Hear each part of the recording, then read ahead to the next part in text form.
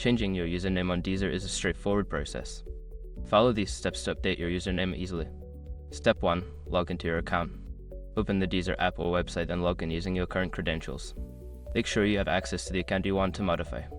Step 2. Go to Account Settings. Once logged in, navigate to your account settings. This is usually found by clicking on your profile picture or username in the top corner of the screen. Step 3. Select Edit Profile. In the Account Settings menu, look for the option that says Edit Profile or something similar. Click on this option to access your profile details. Step 4. Change your username. Find the field that displays your current username. Delete the existing username and enter your desired new username.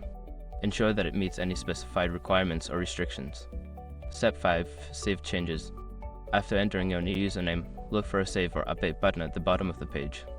Click this button to confirm your changes and update your username. After following these steps, your username on Deezer should be successfully changed. Enjoy your updated profile.